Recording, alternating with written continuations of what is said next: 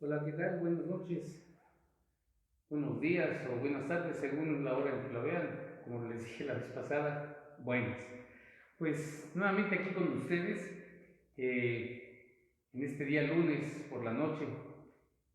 lunes político, un hombre que tomé prestado de un amigo, mi querido hermano Augusto Ramón Grene, que probablemente me llegue a ver, pueda seguirme en estos momentos. Él tenía hace algunos años una pequeña revista aquí en Comitán que lo intituló Lunes Político, porque aparecía solo los lunes. Luego lo dejó de editar y yo retomé ese nombre del Lunes Político. Entonces, invariablemente va a ser el Lunes Político cuando escribía, y que tenía la oportunidad de escribir los días lunes, así le ponía el nombre, Lunes Político. Pues bien, vamos a arrancar. La columna de hoy se llama En estos días. Antes de iniciar con el tema, les comentaba la vez pasada que Bejaltic, les decía que significa muchos caminos. Literalmente, estrictamente significa nuestros caminos, porque la partícula tic al final de muchas palabras, como en altic o cualquier palabra en tojolabal, la partícula tic, el sufijo, significa nuestros, porque en el concepto tojolabal, maya tojolabal, es un concepto comunitario. No hay una constante de decir que hay una particularidad de hablar de una propiedad única o de propiedad privada, sino comunal. Es un concepto que ellos tienen y significa estrictamente nuestros caminos, pero utilizándolo dentro de algún otro contexto puede significar muchos caminos. De hecho, a mí me gusta con el significado muchos caminos, porque el contexto que utilizo es de tomar muchas vertientes, muchos caminos, es decir, opinar, como les comentaba la vez pasada, sobre política, deporte, arte y algunas otras cosas que voy a estar retomando. No solo es política, por eso son muchos caminos. También les comenté que estoy transmitiendo desde la tierra de Belisario Domínguez, pero decir solo esto también es injusto, porque transmito también de la tierra de Belisario Domínguez y Rosario Castellanos, porque Rosario Castellanos, aunque aparezca en los libros biográficos que nació en la Ciudad de México, cuando ella hacía el apunte de dónde era, decía que por un error geográfico había nacido en la Ciudad de México, y ella siempre se definió como comiteca, como chiapaneca. Entonces es importante decir después que estoy desde la tierra de Chayito, como le decía el poeta mayor de Chiapas, Juan Jaime Sabines, desde la tierra del prócer de la palabra libre, Belisario Domínguez. Y a propósito de la palabra libre, más adelante les comentaré en un segmento de la opinión del día de hoy, que como ya les dije se llama En estos días. Pues bien, el tema principal es el triunfo de Delfina Gómez Álvarez, la maestra texcocana que venció,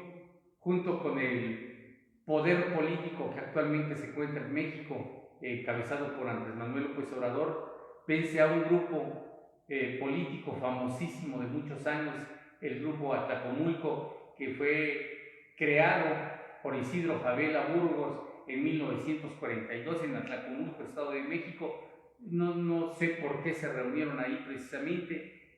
pero lo que sí sé y lo que sí sabemos muchos es que sus tentáculos se extendieron grandemente por toda la República, y este grupo tuvo un poder político inconmensurable. ¿Qué consecuencias trae este triunfo? En primer lugar, es que esta unión de los partidos PRD, PAN y PRI, la unión de Va por México, que así es como lo nombraron ellos, esta unión de partidos, pues ya no tiene la seguridad de ser para el 2024, porque esta era la prueba de fuego. Este era el momento en el que estaba marcado si seguía o no. Ahora, por eso, cifrado creo yo en esta situación, Alito Moreno está también ya autodestapándose como candidato a la presidencia de la República, Santiago Krill y la senadora Lili Telles, que pasó del Morena al PAN, en fin, pero ya puede haber esa disgregación de partidos que hará más fácil el camino para el Morena en el siguiente año. Hablamos del Morena, que es el partido que está moviendo. Yo personalmente no hablo de la 4T, como ellos acostumbran decir, y mucha gente decir, porque le llaman la cuarta transformación. Esto es muy avesado, muy ambicioso, muy audaz decirle que es la cuarta transformación, porque la verdad la única disciplina que puede decir si fue verdaderamente una transformación o no, eso es la historia, y la historia dirá con el paso del tiempo si verdaderamente fue una cuarta transformación. Por lo pronto no se le puede nombrar así, pero pues eso se me hace soberbio, y muchos, incluso hasta los odiadores de López Obrador, también la 4T le dicen, pero pues, entonces ellos dan por sentado que sí es una cuarta transformación. Claro, hay muchos cambios, pero no sabemos si realmente este es un parteaguas como transformación de México. Lo que sí es cierto es que después de 93 años de PRI, digamos en el Estado de México, de más de 90 años en México, quitando los 12 años del PAN, la presencia del PRI, que era tan fuerte, de pronto volvió y empezó a hacerse débil con la pérdida del Estado de México. Y como les decía la vez pasada, creo que vamos a tener del Morena, vamos a tener Morena para 24 o 30 años más. Es lo que yo estimo que puede ser y que va a ocurrir, porque se van a fortalecer. Hoy tienen 22 estados gobernados ya con el Estado de México que ganaron, un estado que tiene la mayor cantidad de votantes, más de 12 millones de votantes, y que lograron obtener esta cantidad importante, este otro estado para su voto de poder de Morena. Y en esta situación, como les decía, esta repercusión de que ya no puede unirse el PRD, el PRI y el PAN para darle batalla al Morena el próximo año, pues es bastante cierto. Incluso uno de los odiadores más profundos de López Obrador, Gilberto Lozano, él mismo dice que entierra ya en un ataúd a estos tres partidos, pero el que por sobre todo está más enterrado que ninguno de estos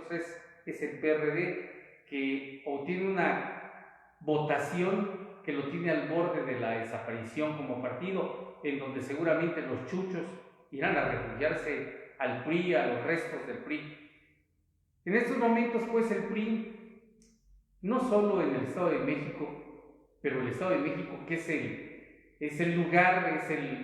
el estado base donde se está llevando y se está gestando el desarrollo del PRI por muchos años. En estos momentos el PRI se encuentra como el toro de Lidia en el tercer tercio, ya atravesado por una espada. Todavía camina, todavía se mueve en el ruedo, pero está herido de muerte. Solo dos estados tiene todavía para sí, Coahuila y Durango. No tiene más. Sí, y está como la tercera fuerza política junto con el Verde, porque aunque el Verde nada más tiene un solo partido gobernando, tienen casi la misma cantidad de millones de personas como gobernados. Arriba se encuentra obviamente Morena con prácticamente el 60%, le siguen el Partido Movimiento Ciudadano y el PAN, que tiene 5 estados gobernados y 2 estados gobernados por el Movimiento Ciudadano, pero aunque sean 2, equipara la misma cantidad de gobernados entre el PAN y el MC, el Movimiento Ciudadano, y como les decía abajo está el PRI y el Verde, pero PRD no hay. Así que entre estos partidos vendrá esta situación. Ya era de esperarse esto. Ese trabajo que hicieron con Guadiana de que intentaron apoyarlo de última hora, de todos modos soy un convencido que el mismo presidente de la República tomó esa decisión de dejarlo solo, porque Guadiana, independientemente que salió adelante en las encuestas y que eso anima a muchas gentes aquí en Chiapas de que las encuestas son lo que van a definir a los candidatos, o que los alienta también a que pueden dividirse el PT y el Verde y el Moreni, que pueden ir por separado, son casos diferentes. Coahuila no es Chiapas, Chiapas no es Aguascalientes, donde fueron divididos, porque si permitieron que se dividieran es porque sabían que ni juntos le podían ganar a los candidatos de estos estados, del PRI, PAN y PRD, donde ganaron en Aguascalientes y en Coahuila el día de ayer. Lo dejaron solo porque es un tipo, digo yo, y así es, muy ligado al clan de los Moreira, muy ligado a panistas connotados, alguien que no les garantizaba y no les garantiza la lealtad y que podría dar un bandazo tremendo en contra de Morena. Por eso fue dejado solo desde un principio y fue marcado el hecho de que la presidenta del Verde dijera que se unían de facto una semana antes, pero tiene también una razón de ser. Se los pidieron para que no se viera fracturado, que no se note fracturado esta unión, pero la verdad es que no iba a poder ser, no fue, de hecho, no ocurrió,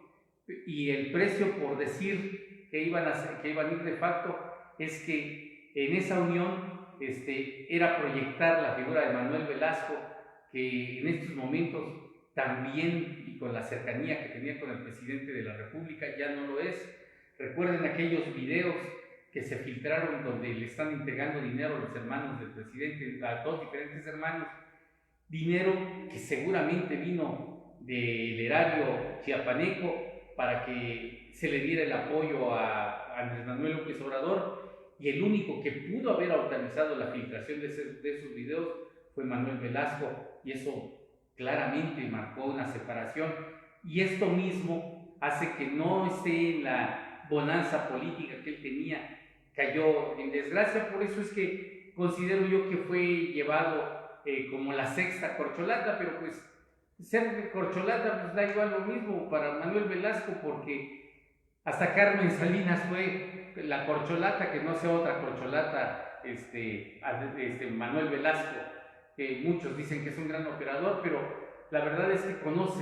se conoce a un político por cómo habla, y como dice incluso la Biblia, que por sus hechos los conoceréis. Los políticos o los hombres, como decía el gran orador mexicano, don José Muñoz Cota, el hombre es por su palabra, y por su palabra ustedes sabrán quién es Manuel Velasco. Lo único que quiere es publicidad, reacomodarse, pero como discutía hoy en redes sociales con un periodista de aquí de Chiapas, que calcula él que él tendrá la capacidad de definir candidatos, yo lo veo difícil, porque no tendrá esa capacidad política y ejecutiva, no tiene ese poder. Claro, él va a querer volver por sus fueros en Chiapas, pero eso está difícil. Ya de eso hablaremos en otro momento. Y como les decía, esta unión ya no servirá. Por último, por penúltimo punto, comentarles que lamento mucho la partida de Ricardo Rocha. Yo desde niño lo seguí en aquel programa para gente grande. Hace algunos años lo vi todavía en el programa Animal Nocturno con Patricia Yaca, un programa excelentísimo, donde por cierto nunca se cansó de apoyar a Andrés Manuel López Obrador. Recuerdo bien cuando proyectó el documental del cineasta Luis Mandoki intitulado El Señor López, donde hablaban de la capacidad de juntar a tanta gente en el Zócalo, de ese poder de convocatoria que ha tenido López Obrador, y que al final de todo, él entregándose este proyecto político, porque hay que decirlo, los periodistas sí tenemos la obligación de ser imparciales, pero no podemos alejarnos de proyectos políticos, porque como bien lo dijo Platón, somos un son politicón y tenemos también afinidades, y es normal que las hayan, algunas por interés, algunas por idealismo, pero sí las existen. Ricardo Rocha, al final de haber apoyado decididamente a Andrés Manuel López Obrador, recibió como premio el olvido, el desprecio y la ingratitud. Yo creo que no vale que hoy en la mañana, en la famosa mañanera, Andrés Manuel proyectara un video donde fue entrevistado por Ricardo Rocha cuando bloquearon los caminos a los pozos petroleros de Tabasco, y diciéndose y desviviendo, diciendo que fue un gran periodista, cuando Ricardo Rocha pidió su entrada a una de las mañaneras y con claridad leyó que había sido objeto de la ingratitud de él y que incluso intentó disculpar al presidente diciendo que no creía que fuera él, sino las personas que estaban a su alrededor, y por pago recibió un despido terrible. Obviamente después Ricardo Rocha pues ya vio algunas otras cosas, pero no fue un desatado periodista, hollador, manipulador, tendencioso en contra de López Obrador. Fue incluso mesurado, y donde quiera que esté bien, que esté contento, disfrutando del rock que tanto gustaba, del rock urbano mexicano y de tantas otras cosas como la trova latinoamericana, la trova cubana, cuando allá en el programa para gente grande impulsaba tanto aquel grupo famosísimo Sanampay, de donde surgió la cantante Guadalupe Pineda, que más adelante se volvió su esposa. En fin, esto es el periodismo de Ricardo Rocha, la libre expresión, que no se festeja precisamente el 7 de junio, como acostumbran. Por cierto, aquí ya los políticos, ya asociaciones, perdón por interrumpir, les decía que grupos políticos y otro grupo de gremios ya están invitando para el festejo de la libre expresión. Desde aquí, desde Comitán, les digo a los políticos, a todos los políticos de aquí de Comitán básicamente, que es una vergüenza que estén festejando el Día de la Libre Expresión el 7 de junio, porque el 7 de junio, debo de recordarles a quienes no lo sepan, hubo de hace muchos años, en la época de Miguel Alemán, el primer presidente civil, una carestía de papel, y entonces para que llegara el papel a la Ciudad de México, que venía de ultramar, hubo la necesidad de transportarlo en tren, que hasta los militares lo cuidaron, y que cuando llegó y que se empezó a imprimir otra vez los periódicos, principalmente un periódico que estaba a manos de un señor de apellido Balseca, que era en esos entonces como más o menos como los Azcárraga en estos momentos, que tenía ese poder de información. Dijeron que él era un prócer de la libertad de expresión, que era de la libertad de prensa, le dijeron a Miguel Alemán, pero pues la verdad es que nada más era que había apoyado a los empresarios, y era todo, los empresarios que lo adulaban, que lo lisonjeaban. Y eso no es el Día de la Libertad de Expresión en la tierra de Rosario Castellanos, de Belisario Domínguez, quien fue asesinado el 7 de octubre por dar a conocer lo espurio y lo terrible del gobierno de Victoriano Huerta. El Día de la Libertad de Expresión, si quieren festejarlo, políticos, gremios, es el 7 de octubre. Ya hizo un intento aquí en Comitán en el 2015, Mario Antonio Guillén Domínguez, el actual alcalde de Comitán, tímidamente lo intentó hace algunos años, pero todos muy felices festejando el 7 de junio, cuando no debe de ser el 7 de octubre. Disculpen si esto parece ofensivo, pero las cosas tienen que decirse como son, con claridad. Este es pues el resumen en estos días. Son los acontecimientos y las repercusiones que tiene uno y otro, y que no vale, como decía en un principio, ahora lisonjear, dar a conocer lo grande que era Ricardo Rocha después de que fue olvidado por este gobierno morenista, porque como dice y decía el poeta, en vida, hermano, en vida, es cuanto.